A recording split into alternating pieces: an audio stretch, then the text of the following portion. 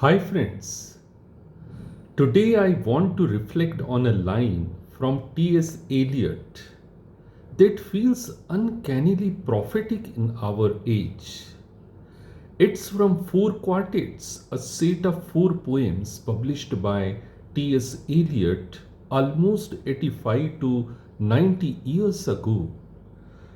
Distracted from distraction by distraction. Just a few words, yet perhaps few lines describe modern human consciousness more accurately. We live surrounded by notifications, breaking news, constant scrolling, comparison, outreach, advertising, continuous commentary, mental noise. Attention is continually being pulled outward. And perhaps the deepest danger is this: distraction no longer feels exceptional, it has become normal consciousness. Eliot continues, filled with fancies and empty of meaning. What a profound diagnosis of modern life! Human beings today are often overwhelmed with stimulation, yet inwardly exhausted. We possess immense information, yet frequently lack depth, stillness, clarity, or inward rootedness. Many people continue functioning externally while inwardly experiencing subtle emptiness, restlessness, inability to remain present, chronic mental overcrowding, fragmentation of attention. The crisis may not merely be stress, it may be dispersal of consciousness itself. One of the remarkable features of the Bhagavad Gita is its profound psychological insight into the restless nature of the mind. Arjuna tells Krishna, the mind is turbulent, powerful, restless, difficult to restrain. Today, that restlessness has become technologically amplified. Entire systems compete for human attention. Attention itself has become commercialized. The longer attention is captured, the more profitable distraction becomes. And gradually consciousness becomes fragmented. Eliot also referred to the twittering world almost 85 years ago. How astonishingly contemporary that sounds. Long before social media, he sensed a civilization overwhelmed by noise, surface movement, continuous chatter, a world unable to rest inwardly. And perhaps this is why modern people increasingly struggle with sustained attention, deep reading, contemplative silence, inward stillness.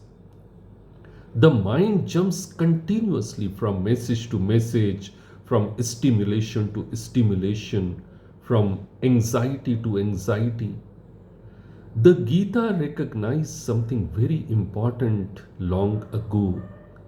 What repeatedly occupies attention gradually shapes consciousness.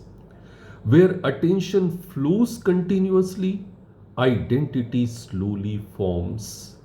And when attention becomes permanently scattered, consciousness itself loses coherence. That is not merely a technological issue, it is a civilizational issue. Perhaps one of the deepest crises of our age is not only political or economic, but attentional. Eliot writes elsewhere, humankind cannot bear very much reality. That line contains enormous psychological depth. Why do human beings seek endless distraction?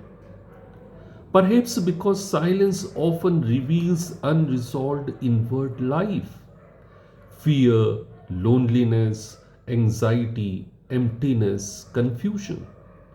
And therefore, stimulation becomes escape. More scrolling, more noise, more consumption, more distraction. But the contemplative traditions of the Upanishads suggest another possibility. Not escape from inward life, but deeper encounter with it. The contemplative traditions do not merely teach positive thinking, their insight is subtler. Human suffering deepens when consciousness becomes completely fused with every passing mental movement. Fear arises, anger arises, restlessness arises, distraction arises, but awareness itself need not collapse into every movement of the mind. The whole sky does not become the storm. This creates psychological space, not separation, not denial, but inward spaciousness around mental turbulence.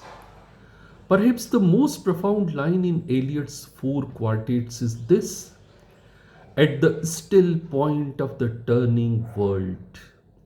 What is this still point? Perhaps Eliot points toward something contemplative traditions have explored for centuries.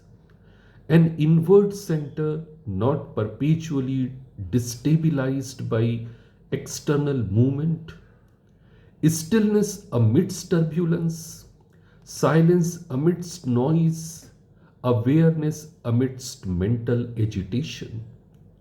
The Gita calls this possibility sthita pragya, stable wisdom, not emotional numbness, not withdrawal from life, but inward steadiness amidst action.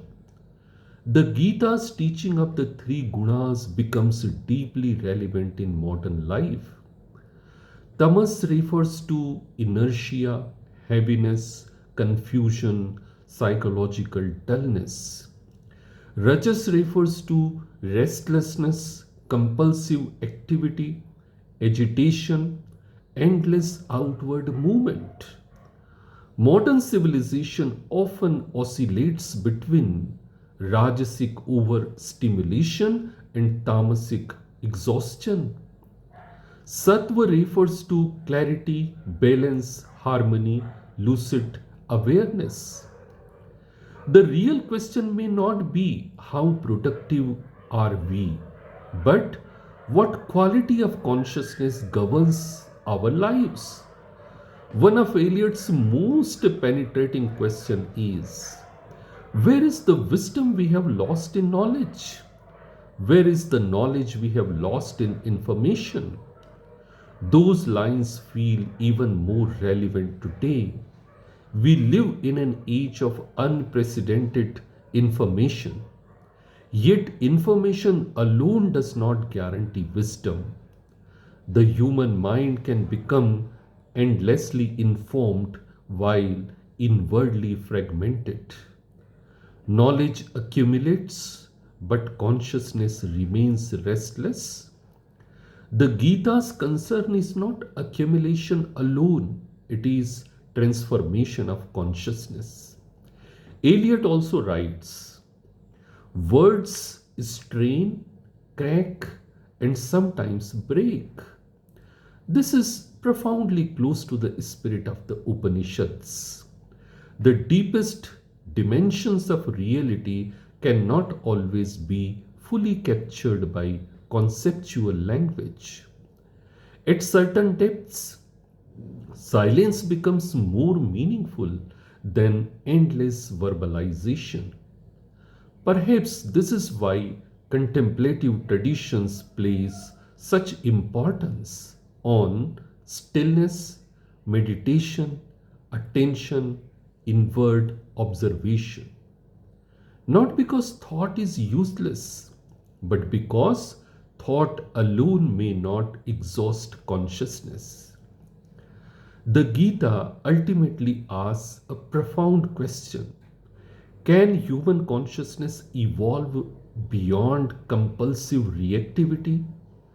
Can we act intensely without becoming inwardly shattered? Can we participate in modern civilization without losing our inner center? These are not merely ancient spiritual questions. They are urgently contemporary questions. T.S. Eliot's poetry continues to speak powerfully because it reveals the inward condition of modern humanity, distracted from distraction by distraction. Yet, Eliot also sensed another possibility at the still point of the turning world. And perhaps this is where Eliot, the Bhagavad Gita, and the Upanishads quietly converge. All suggest that beneath fragmentation, beneath noise, beneath compulsive distraction, human consciousness may still discover clarity, stillness, depth, and inward freedom. And perhaps the recovery of attention is not merely a productivity issue. Perhaps it is part of the recovery of the human soul itself. Thank you.